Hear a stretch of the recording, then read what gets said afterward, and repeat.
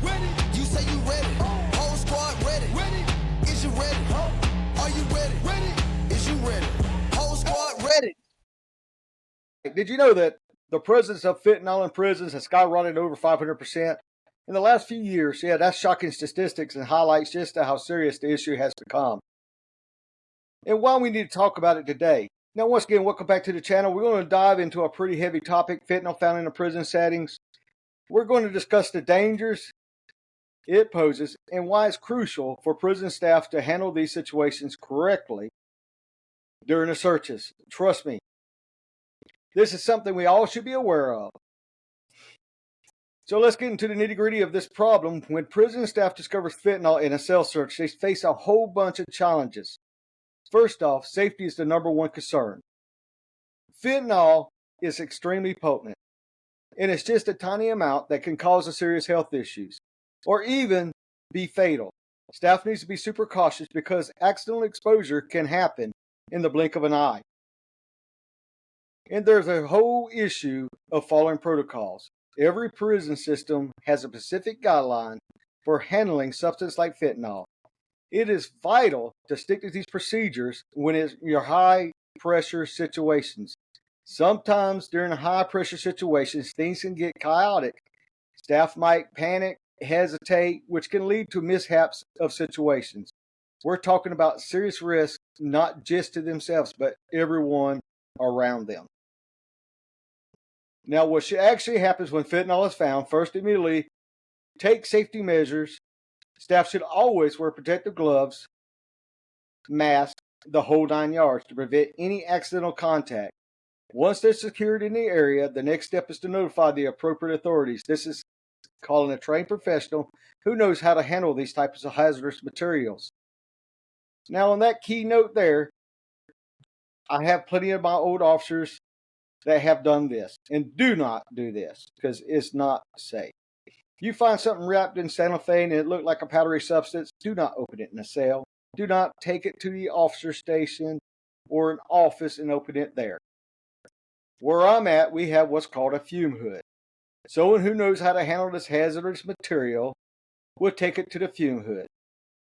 We'll open it up in there. And what a fume hood is a box that's surrounded with fans. And it has several different types of filters in it. When you open this fume hood and put the materials in it and open it up, you could safely test this material and find out exactly what you have in that cellophane. If it comes out to be fentanyl, we could take that, follow the chain of custody. If it's enough, we could put an outside charges on those inmates. But the first and most foremost is if you find any type of powdery substance, do not open it in that cell. And let's find out what it is. Let's be safe.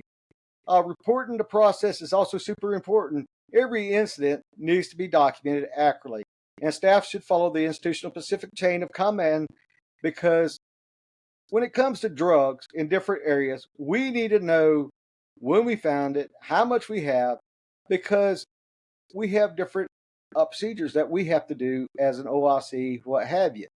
We have so long to report it to the duty wardens, the warden himself, and call central office and report it. From there, we do documentation. It depends on what we found and how much we found and what it is. We might get the inspector general. They might be on scene there in their future. Depends on what the situation is. This ensures that the situation is managed properly and that any necessary follow-up actions are taken. It's all about taking everyone safe and ensuring the protocols to adhere to, because we definitely don't want to see any accidents or mishaps that happen. Let's take a moment to highlight a real-life scenario that showcased the potential consequences of handling fentanyl in a prison environment. Back in 2016, a prison staff member in Ohio discovered a small package containing fentanyl while searching a cell. Unfortunately, the staff member did not follow the protocol and ended up touching the substance directly. Within minutes, they experienced severe respiratory distress and had to be rushed to the hospital. Now, that's one example. The second example I'm going to give you is closer to home to me. If you work with me, you know this situation I'm talking about. Several years ago, an institution close by where I'm located and work had an incident where 2 inmates had fentanyl in the cell. I guess one of the inmates passed out. They may call it for a medical emergency. of course, the first responders makes it to the cell, pulls the inmate out, and starts doing first aid on the inmates. Next thing you know, you got medical involved. With that all being said, we ended up sending out 12 staff members between security and medical. 3 different ambulances. We was doubling and tripling them ambulances up for staff members. When you take out 12 staff members in a prison that's already below critical, that puts a dangerous situation in people's hands. These incidents serves as a harrowing reminder of how crucial it is to handle fentanyl with extreme caution. It's not just a matter of following rules, it's about protecting lives. The health and safety of both the staff, the inmate depends on the proper care of these handling the responses into these situations.